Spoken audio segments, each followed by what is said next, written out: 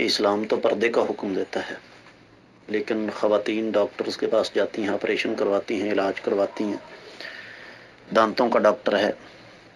تو ظاہر بات ہے وہ پھر جب دانتوں کا علاج کرے گا تو چہرہ تو دیکھنا پڑے گا۔ سب سے پہلی تو بات یہ ہے کہ میرے بھائی، اگر ہم فطرت کے مطابق زندگی بسر کریں تو ہمیں ڈاکٹروں کے پاس جانے کی ضرورت پیش آتی نہیں۔ مجھے پاکستان آئے ہوئے 18واں سال ہے، اور میں نے ان 18 سالوں میں 18 گولیاں نہیں کھائیں، 18 کیپسول نہیں کھائے، 18 سیرپ نہیں پیے، 18 ٹیکے نہیں لگوائے، ایک بھی ڈرپ نہیں لگوائی۔ تو پہلی تو بات یہ ہے کہ اپنی خوراک کو ہم لوگ ٹھیک کریں۔ دوسری بات، بیمار انسان ہوتا ہے، یہ طے شدہ بات ہے،